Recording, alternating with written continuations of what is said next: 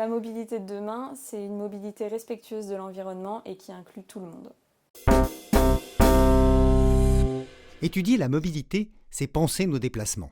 Zéro Tracas a rencontré Lorraine, qui chez Transitech, optimiseur de mobilité pour des collectivités, réfléchit à la fluidité, à l'intermodalité et à l'intelligence des transports.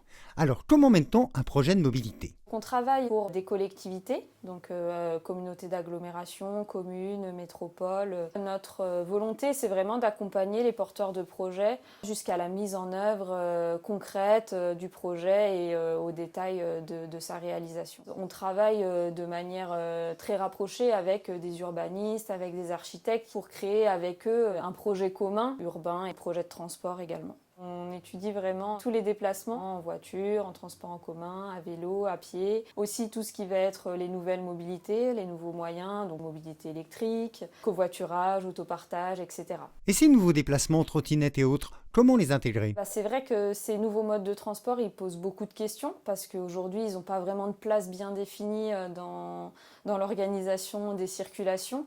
Donc ils sont arrivés et ils ont créé pas mal de conflits d'usage.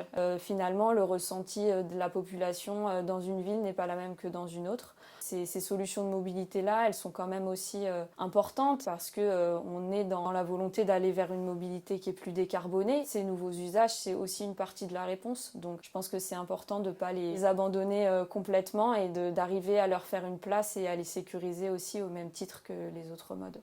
La sécurité justement, parlons-en. Nous, la sécurité, on l'intègre en fait à différentes échelles, à différents niveaux. Là où on va le plus intervenir, c'est sur tout ce qui va être l'aménagement de l'espace public, des aménagements qui soient fonctionnels et qui soient lisibles pour les usagers, avec les bonnes largeurs suffisantes pour chaque mode, avec aussi un élément qui est très important dans nos projets, c'est tout ce qui va être la gestion des conflits entre les différents usagers, principalement au niveau des carrefours, par exemple en ville, et comment on va sécuriser les traversées et en particulier les traversées des modes les plus fragiles, donc c'est-à-dire les piétons, les vélos. Dans les projets, il y a par exemple des quartiers résidentiels ou des centres-villes qu'on cherche à apaiser pour redonner plus de place aux autres modes que l'automobile. On va avoir des préconisations tant en termes de plan de circulation qu'aussi en termes d'aménagement finalement pour réduire le volume de trafic à certains endroits et réduire la vitesse aussi de circulation des véhicules. Quand on parle de sécurité, plus la vitesse est élevée, plus les accidents sont graves.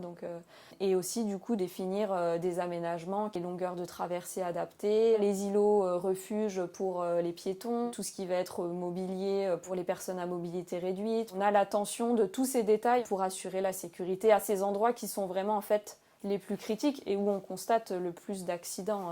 Voilà. Et comment tu la vois, la ville de demain ?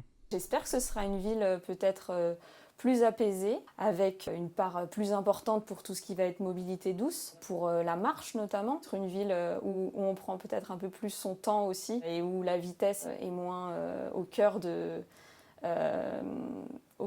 notre quotidien, quoi, j'ai envie de dire.